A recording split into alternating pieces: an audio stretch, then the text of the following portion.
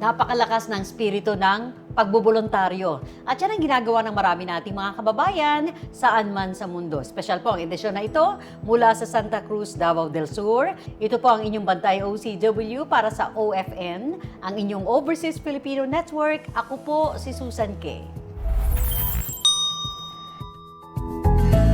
Isang voluntaryo, isang masipag na naglilingkod sa ating mga kababayan nang walang posisyon. Yan si Justin Cinco. Justin, welcome sa ating Bantay OCW program. Nagbo-volunteer ka na noon.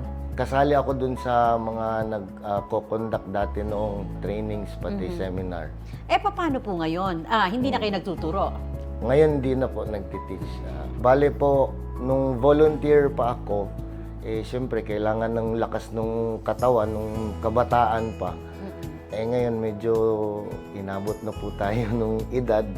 Siyempre gusto ko pa rin pong tumulong sa publiko. Kaya po nandito kami ngayon sa Timlaw para maka-extend pa rin ng tulong at Malakas serbisyo kasi yung sa... spirit of volunteerism ninyo. Opo, ma'am. Teacher Justin di ba?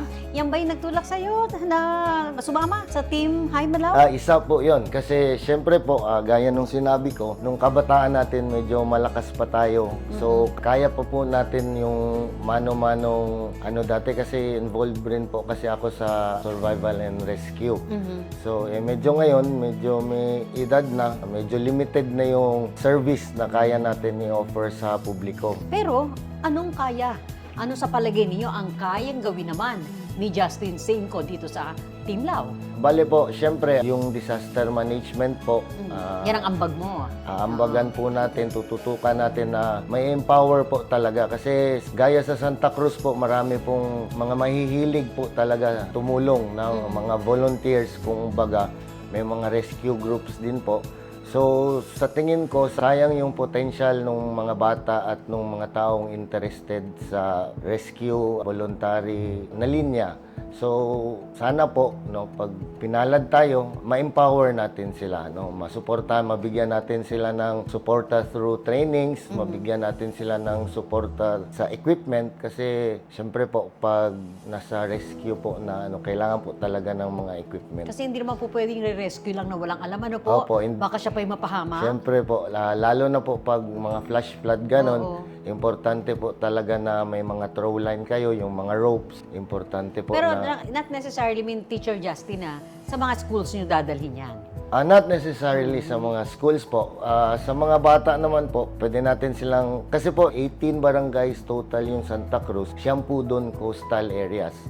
Pwede rin po nating i-share yung kaalaman sa paglangoy kasi syempre po yung mga bata, mas maganda maaga pa natututo ng lumangoy para maiwasan po natin yung mga drowning incidents talaga. Oo, buhay yan. Kaligtasan po yan. Tsaka siyam po na barangay kasi nasa coastal area. So, mas better po na mas maaga maturuan ng skills para maiwasan natin yung disgrasya kasi prevention is always better than cure.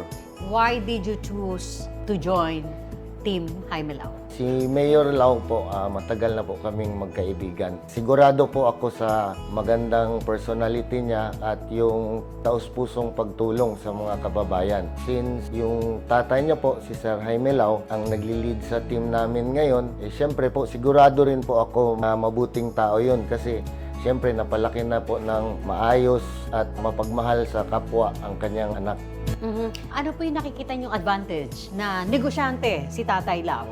Advantage po talaga kung isang successful na negosyante ang magli-lead. Kasi siyempre po yung negosyo po, kailangan mong i-lead yung maraming tao para maging successful yung operation ng kung anong business man ang pinapatakbo nyo. Gaya lang po ng local government po. Yung local government po kasi hindi po tatakbo yung isang munisipyo kung walang budget na pumapasok. So, syempre po, since businessman yung magli-lead, makaka-invite po siya ng mga investors para mag-invest. Pag marami po kasing nag-invest sa Santa Cruz, papasok yung mga kumpanya, automatic po kasing makaka-generate ng employment yan. Ngayon, pag yung constituents nyo is employed, maraming magbabayad ng tax. Tapos, syempre, yung buying power nila, lalong tataas. Kaya nilang bumili ng extra food, no? Gaya nung, kunyari, sa isang araw na budget, isang ulam pang tanghalian, pwede na silang bumili ng 2 klaseng ulam. Eh di syempre po yung domino effect po kasi yan.